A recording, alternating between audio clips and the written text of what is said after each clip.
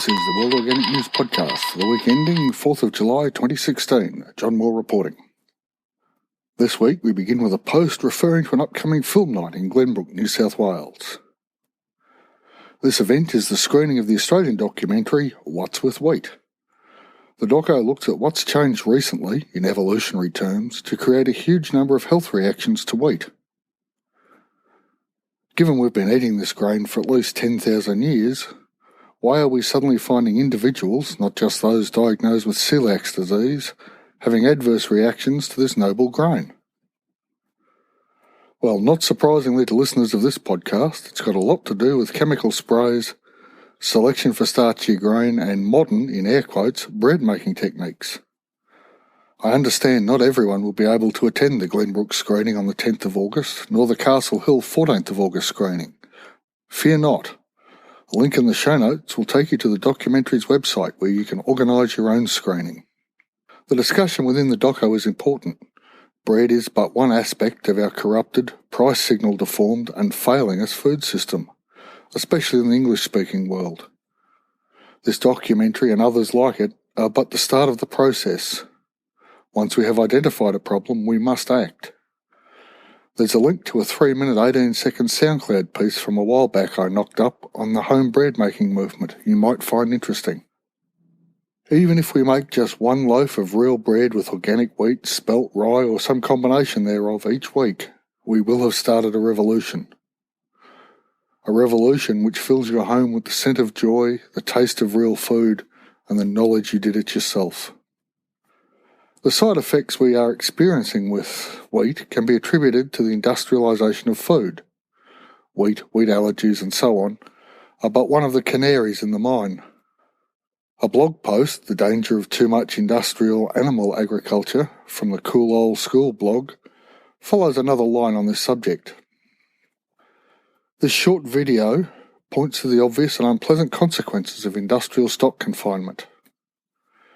And I chose those words carefully. It is impossible to practice good animal husbandry when the animals are caged. It is bad practice for the stock. It creates conditions of work for the staff which foster a general disregard for life, and it concentrates wastes, in air quotes, in industrial terms and amounts. The idea animal manures could ever be seen as waste rather than the valuable resource they truly are is beyond me. What then can one individual do against this state-sponsored and state-protected means of production? It's difficult. The choices we face aren't pleasant. 1. Carry on as if nothing is wrong.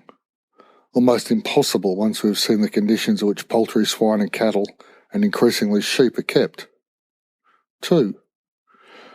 Go vegan or vegetarian, and this may be an option for some people. Or 3. Buy organic or grass-fed or pastured meats.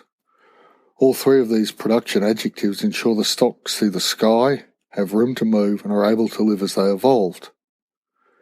This choice means, probably for most people on a budget, eating less meat. The quality of that meat, though, will be far superior. An added benefit of eating these meats is the complete lack of antibiotics as a general part of their feed, and that may be reason alone to stop eating industrialised meats.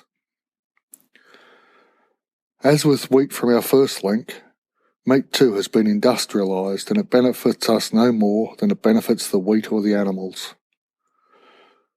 Now, for those who live in suburbia, there may be reasons to feel smug, especially if you already eat organic or are a vegan. Suburbia, though, adds its own dimension to the harvest we are reaping from the industrialisation of all life. The blog, Transition Cornwall Plus, has a post, Why Our Lawns Are Bad for the Environment and How to Change Them for the Better. Grasses have their place. Lawns may be less so.